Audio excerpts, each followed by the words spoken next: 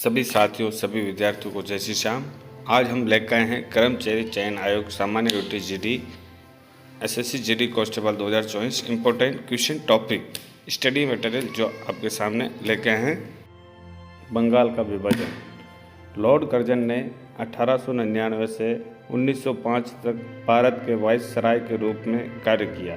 Curzon के समय में ही 16 अक्टूबर 1905 को बंगाल प्रांत का विभाजन हुआ था। बंगाल में बढ़ते राष्ट्रवाद को कमजोर करने के लिए एक राजनीतिक उपकरण रूप में बंगाल विभाजन की रणनीति का प्रयोग किया गया। कर्जन ने बंगाल के दो प्रांतों में विभाजित कर दिया। पहला भाग आधुनिक पश्चिम बंगाल, उड़ीसा और बिहार, और दूसरा भाग पूर्वी बंगाल, असम सहित। पश्चिम बंगाल में हिंदू जनसंख्या ज़्यादा थी और पूर्वी बंगाल मुस्लिम बहुल्य आबादी वाला हिस्सा था।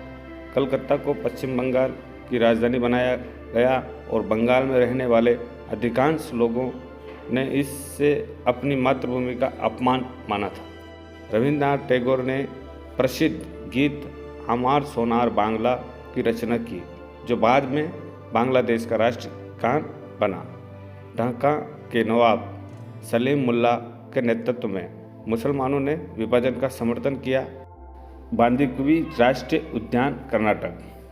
बांदीकुई राष्ट्रीय उद्यान कर्नाटक में स्थित है। इसकी स्थापना 1974 ईस्वी में हुई थी। ये नीलगिरी जीव मंडल का हिस्सा है। 2018-19 के लिए रिजर्व में बाघों की आबादी के अनुमान के अनुसार बांदीपुर रिजर्व में 127 बाघों के साथ भारत में बाघों की तीसरी सबसे बड़ी आबादी है। ये अन्य 3 राष्ट्रीय उद्यानों जैसे नाहरहोल राष्ट्रीय उद्यान, वायनाड राष्ट्रीय उद्यान, मुदुमलाई राष्ट्रीय उद्यान के साथ अपनी सीमा साझा करता है। कर्नाटक में अन्य महत्वपूर्ण राष्ट्रीय उद्यान हैं। पहला है अंसी राष्ट्रीय उद्यान, दूसरा है बनेरघट्टा राष्ट्रीय उद्यान, तीसरा है कुद्रेमुख राष्ट्रीय उद्यान, चौथा है नागरहोल राष्ट्रीय उद्यान। रबी की फसलें। रबी फसलें कृषि फसलें हैं जो दक्षिण एशिया में अक्टूबर नवंबर के दौरान सर्दियों में बोई जाती हैं और अप्रैल मई के दौरान वसंत में काटी जाती हैं। ये शुद्ध शब्द वसंत के लिए अरबी शब्द से लिया गया है, जिसका उपयोग भारतीय उपमहाद्वीप में किया जाता है और सर्दियों की फसलों के रूप में किया जाना जाता है। प्रमुख रबी फसलें गेहूँ, जौ, मटर, चना, सरसों आदि हैं।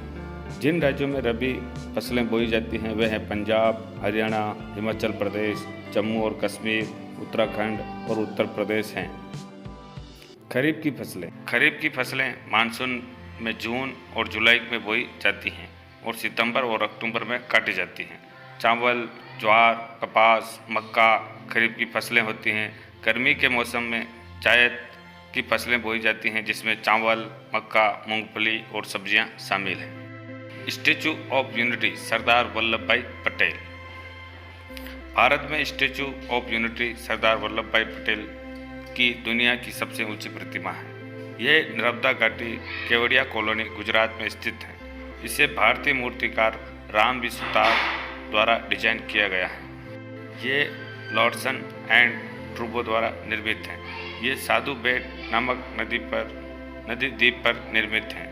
31 अक्टूबर 2018 को इसका उद्घाटन किया गया।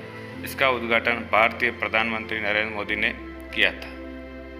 सरदार वल्लभ भाई पटेल भारत के पहले उप प्रधानमंत्री थे। उन्हें अक्सर सरदार कहा जाता था। उन्हें भारतीय बिस्मार्क भी कहा जाता था। उन्होंने भारत के पहले गृह मंत्री के रूप में सेवा की। उन्होंने 1931 में कराची अधिवेशन के दौरान भारतीय राष्ट्रीय कांग्रेस के अध्यक्ष के रूप में नियुक्त किया गया था।